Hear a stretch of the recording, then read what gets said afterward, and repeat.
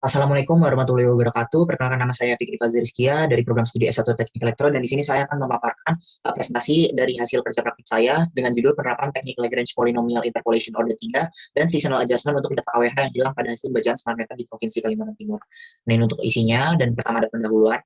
Nah, yang pertama adalah latar belakang, di mana kemajuan teknologi ini membuat kehidupan sehari-hari orang itu lebih mudah dengan yang namanya sistem pintar. Nah, salah satunya adalah Internet of Things atau IoT, di mana memudahkan kita mengontrol segala macam benda dan juga perangkat listrik, terus juga memberikan keamanan dan perlindungan juga. Nah, salah satu IoT ini penerapannya ada di smart meter. Nah, jadi salah satu produk yang dikembangkan oleh PT Icon Plus atau tempat kerja praktik saya adalah smart meter, di mana Icon Plus membantu pencatatan konsumsi energi listrik PT PLN, namun terdapat problem atau masalah yang didapat dari hasil pembacaannya. Nah, ini untuk tujuan waktu dan tempat pelaksanaan. Tujuannya dapat dibaca, lalu tempat pelaksanaan di sini ada kantor Mampang dan selama 6 Januari sampai 4 Februari 2022. Next, ini untuk profil perusahaannya. Nah, jadi Icon Plus itu beroperasi pada Network Operation Center di Gandul Cinere awalnya tahun 2001. Terus dia juga anak perusahaan PT PLN, makanya dia fokus untuk pemenuhan kebutuhan PT PLN akan jaringan telekomunikasi. Nah, kalau dilihat dari kegiatan dan bidang usaha juga semuanya mostly telekomunikasi, dan di sini saya profil divisi, saya bekerja di divisi di Electricity Digital Solution. Nah, selanjutnya ada dasar teori. Nah, yang pertama saya akan menjelaskan FS Metering Infrastruktur atau AMI, di mana AMI merupakan teknologi komposit yang terdiri dari pengukur konsumsi listrik. Ini merupakan meteran dan kemudian ada saluran komunikasi dua arah. Nah, jadi ini merupakan komunikasi antara utilitas dan pelanggan dan juga informasi-informasi yang bisa dikirimkan ke pelanggan seperti tegangan, arus, energi, dan lain-lain. Dan juga ada sistem manajemen datanya. Nah, kemudian untuk perkembangan meter di Indonesia itu sendiri, yang pertama ada meter analog, yaitu masih mekanis dan juga sederhana. Kemudian yang kedua ada automatic meter reading atau AMR, di mana ini merupakan meter digital dan kemudian komunikasinya masih satu arah. Dan yang ketiga ada token, ini sama aja kayak AMR, cuman bedanya dia ada sistem pending pakai token 20 digit yang akhirnya dimasukkan lewat meternya, dan yang terakhir ada AMI yang sekarang dibahas. Nah, kemudian ada struktur dasar dari AMI itu dari tiga, ada DCU, di mana dia akan mengoleksi data KWH-nya dan kemudian dikirimkan ke HASH atau head end system yang menerima aliran, dan dia akan validasi sebelum mengirimkan ke yang ketiga atau MDMS, yaitu Metadata Management System, di mana dia akan menerima dan menyimpan untuk proses lebih lanjut. Nah, untuk smart meter itu sendiri dia perangkat digital yang bisa komunikasi dua arah, bedanya dengan meter-meter lain. Jadi dia bisa mengirimkan informasi penggunaan ke perangkat biasanya setiap 15 menit, 30 menit, atau bahkan sampai 1 jam sekali. Nah, terus dia juga bisa memberitahu utilitas pemaduan listrik di suatu wilayah. Nah, kenapa PT PLN dan juga Icon Plus ingin mengembangkan smart meter di Indonesia? Nah, yang pertama, meter yang lain itu biasanya manual kan, baca listriknya, jadi tidak efisien dan juga buang banyak waktu, terus belum bisa nyimpan load profile, dan yang ketiga, buat peningkatan pelayanan terkait akurasi dan pengukuran data KWH yang dibaca secara real time, dan yang keempat untuk mengurangi human error karena ini meternya sudah bacanya otomatis. Nah, jadi smart meter ini kan tadi bisa menyimpan load profile. Nah, makanya di sini kita harus mempelajari load curve, di mana representasi grafis dari beban. Nah, dalam waktu dengan urutan waktu yang akurat. Nah, jadi misalnya kurva beban ini menunjukkan kurva beban dari suatu pembangkit listrik, dan untuk fungsi itu bisa menentukan kapasitas yang terpasang dari pembangkit listrik, terus juga perkiraan biaya pembangkit listrik, dan yang terakhir bisa juga nentuin jadwal pembangkit listrik gitu. Nah, untuk di sini terdapat masalah pada hasil pembacaannya, di mana ada beberapa data yang hilang dan juga nilainya itu tidak benar. Nah, untuk menyelesaikan masalah ini, jadi data load curve ini merupakan data time series, di mana ini merupakan urutan atau derivatif data yang terjadi secara berurutan selama suatu periode waktu tertentu. Dan di sini bisa kita kategorikan bahwa data yang hilang itu termasuk kategori benar atau missing not at random. Jadi tergantung nilai hipotesis atau beberapa nilai variabel yang lainnya. Nah, untuk menyelesaikan masalah tersebut, kita bisa dapat menggunakan metode interpolation, di mana ini merupakan metode untuk menentukan nilai data yang tidak diketahui, tapi pakai data-data yang sudah diketahui. Jadi untuk langkah-langkah itu sendiri kita bisa pakai fungsi yang melalui dua titik tersebut atau beberapa titik yang diketahui. Kemudian kita dapat menentukan nilainya dari fungsi fx tadi. Nah, untuk jenisnya itu sebenarnya ada banyak, cuman yang saya highlight di sini ada dua, linear dan polinomial, karena sering digunakan. Nah, untuk bedanya itu sendiri, di sini karena polinomial itu lebih akurat dapat dilihat pada kelebihannya, maka di sini yang akan kita gunakan adalah yang polinomial, karena dia estimasinya itu melihat dari suatu kurva. Jadi kurvanya itu akan melewati titik-titik yang diketahui, dan untuk polinomial yang kita pakai itu Lagrange Polynomial Interpolation. Nah, berikut adalah Lagrange Polynomial Interpolation. Jadi di sini kita pakai yang order 3, jadi kita menggunakan 4 titik data yang diketahui. Jadi 2 data sebelum dan 2 data sesudah titik yang akan kita cari nilainya. Dan ini untuk rumus-rumusnya dapat dilihat.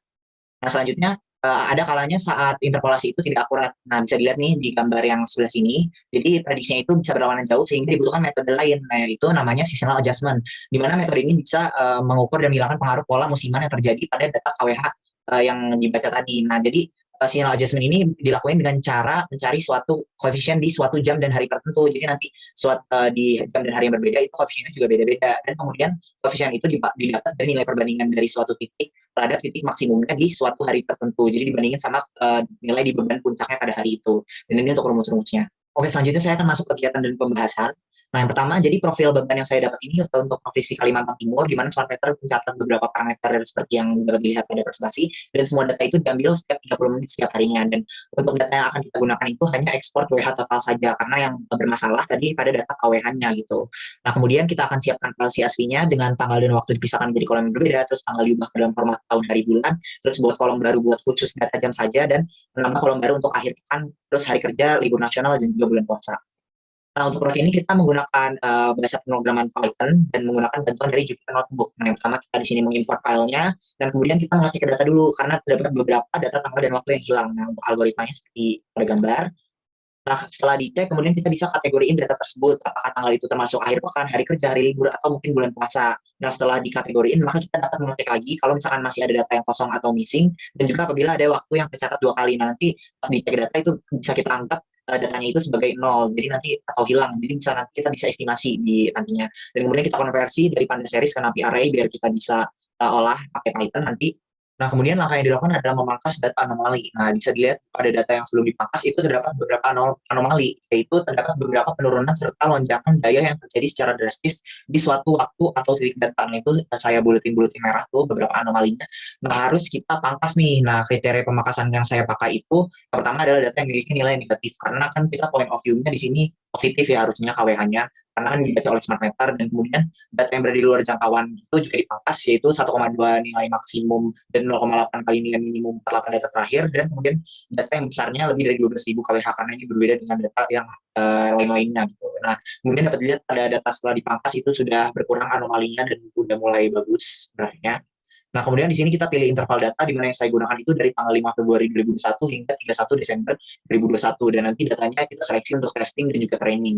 Nah, kemudian kita lakukan pengosongan secara random karena kan nantinya kita akan ngecek errornya. Nah, untuk ngecek errornya itu kita harus mengosongkan data aslinya.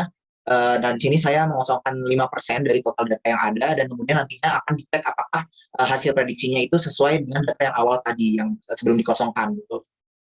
Nah, kemudian di sini ada langkah-langkah untuk menghitung koefisiennya, di mana kita pertama misahin data frame jadi suatu kumpulan data kayak setiap harinya dari Senin, Minggu, dan juga hari libur. Dan kemudian koefisien itu diperoleh dengan membagi nilai setiap poin dengan poin maksimal di hari tersebut. Dan kemudian semua koefisien dari tanggal dan waktu yang sama itu kita rata-ratain, dan nilainya ini akan digunakan sebagai koefisien tanggal dan waktu tersebut di suatu bulan tertentu. Contohnya ini misalnya kan Senin jam 7 di bulan November, maka semua hari Senin jam 7 itu akan dirata-ratakan koefisiennya dan menjadi suatu koefisien hari Senin jam 7 di bulan November itu. Dan ini untuk algoritmanya. Dan kemudian ada algoritma untuk mengimplementasikan mengisi kekosongan datanya, di mana yang pertama, kondisi pertama apabila kurang dari atau sama dengan 3 data hilang berurutan, maka kita pakai interpolation. Nah, kalau tidak berarti pakai seasonal adjustment. Nah, untuk kondisi 2 itu, kalau misalkan lebih dari 2 data yang hilang setelah titik ketiga itu pakai seasonal adjustment. Terus kalau lebih dari 2 data juga yang hilang setelah data keempat itu seasonal adjustment. Lalu apabila kurang dari sama dengan 2 data yang hilang setelah titik keempat itu interpolation. Nah, untuk kondisi ketiga itu spesial untuk rush hour atau jam-jam sibuk 18.30 hingga 19.00 itu pakai seasonal adjustment. Dan untuk flowchart-nya dan juga coding-nya. Nah, next kita dapat menghitung errornya nih, kalau misalkan sudah diestimasi data-data yang hilang tadi, nah nanti ketemu 785 data yang hilang secara manual tadi pada saat pre-processing, dan ditemukan nilai error yang kurang dari minus 2% itu ada 51, dan yang lebih dari 2% itu ada 52. Nah, di sini apabila seluruh errornya dirata-ratakan, maka error yang bernilai positif akan mengeliminasi error yang bernilai negatif. Jadi kan yang maksimum nih paling gede di sini errornya ada 25%, kemudian yang minimum ada min 11%, dan apabila dirata-ratakan ini errornya menjadi 0,041454%. Nah, ini kurva-kurva yang didapat, kurva beban harian normal yang biasanya itu yang paling atas di sini. Kemudian ada kurva dengan error terbesar. Nah, ini biasanya error terbesar karena dia nilainya berubah secara drastis. Jadi kayak naik, turun, terus naik lagi. Nah, itu biasanya metode estimasi kurang akurat untuk memprediksi. Dan juga ada error terkecil. Nah, ini biasanya terjadi karena kurva bebannya itu tidak seperti kurva beban harian normal yang biasanya gitu. Jadi estimasinya juga sulit gitu. Nah, terakhir ada kesimpulan di mana di sini program telah dibuat dengan baik dan telah berhasil menghilangkan anomali pada data profil, dan kemudian bisa memprediksi keseluruhan data yang hilang dengan rata-rata error 0,041454%. Dan hal ini juga sudah sesuai dengan tujuan kita, di mana rata-rata errornya maksimal itu plus minus 2%. Sehingga kesalahan tersebut nilainya tidak signifikan karena error yang baik, positif, dan negatif akan saling menghabiskan. Hal ini akan mengurangi kemungkinan kalian mengalami kerugian maupun keuntungan yang berlebih akibat kesalahan data pembacaan meter listrik. Dan tadi untuk faktor-faktornya juga kesalahan dapat dilihat pada PPT. Sekian dari saya penjelasannya. Terima kasih. Wassalamualaikum warahmatullahi wabarakatuh.